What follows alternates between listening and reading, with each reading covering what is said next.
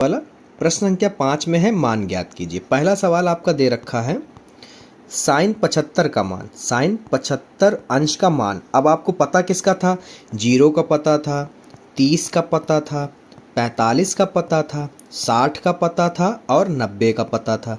मगर अब पूछ दिया है 75 का, तो 75 को हम लोग ऐसे जोड़ें या घटाएंगे कि इनमें से मान यूज़ करेंगे। ठीक है, तो हम लोग कैसे कर सकते हैं इसको? 75 कैसे बना सकते हैं? हम लोग बना सकते हैं 45 प्लस 30, यहाँ पे लिखेंगे साइन 45 प्लस 30, तो हमें इनके मान भी पता है और 75 जोड़ने पर आ भी रहा है। ठीक है, अब यहाँ पे लगेगा एक सूत्र। हमने आपसे कहा तो जब जो सूत्र लगेगा हम बता देंगे। तो यहाँ पर एक सूत्र का इस्तेमाल होगा, वो सूत्र है आपका साइन ए प्लस बी। सूत्र होता है बेटा साइन ए इंटू कॉस बी, ध्यान रखना, प्लस अब क्या होगा? कॉस ए होगा, इधर क्या होगा? कॉस ए होगा, इनटू में साइन बी होगा। ठीक है, ये है आपका सूत्र। इसको बॉक्स में बंद कर देते हैं ताकि देखने में आपको और भी अच्छा लगे।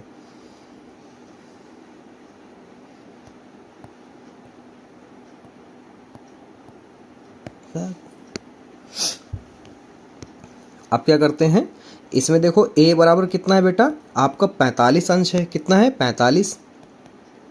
और b बराबर कितना है? 30। ये हमने आपको बना दिया कक्षा 8 का सवाल। ठीक है, अब लो कर लो भैया।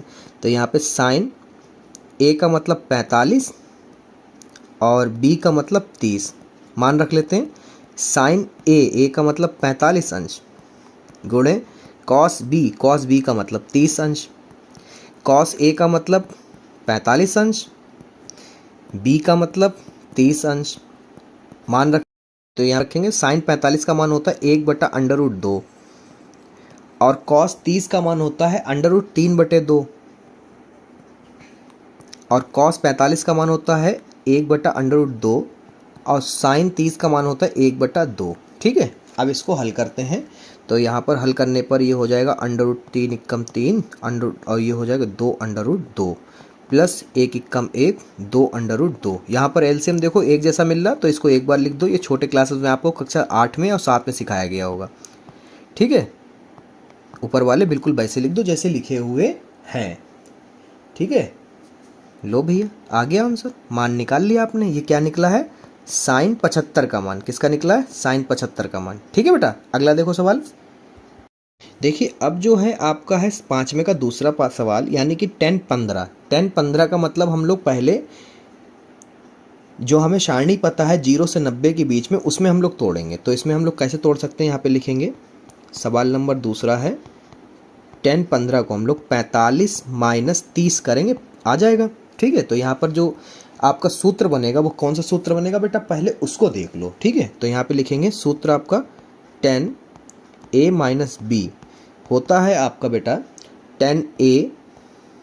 इनको बेटा याद कर लेना आप लोग, एक अलग से कॉपी बना लेना, एक पेज पे सारे सूत्र लिख लेना और याद कर लेना भैया। जितने त्रिकोणमिति में सूत्र आपके याद होंगे उतने ही आप बलवान हैं त्रिकोणमिति में। ठीक है,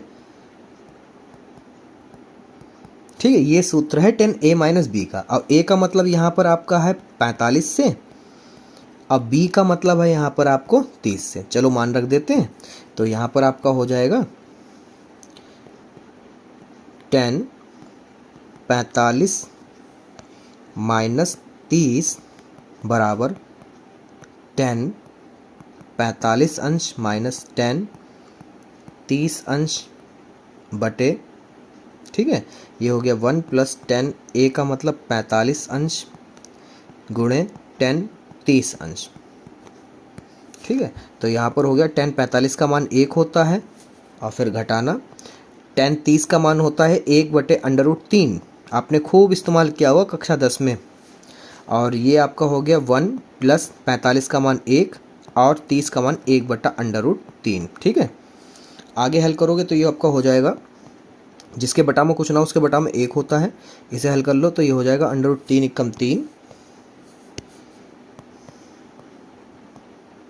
ठीक है, और कंची गुणा करोगे √3 - 1 = 1। ठीक है, मेन बटा यहाँ पर आएगा आपका, जो मेन बटा है। कलर चेंज कर लेते ताकि आपको और अच्छा समझ में आए।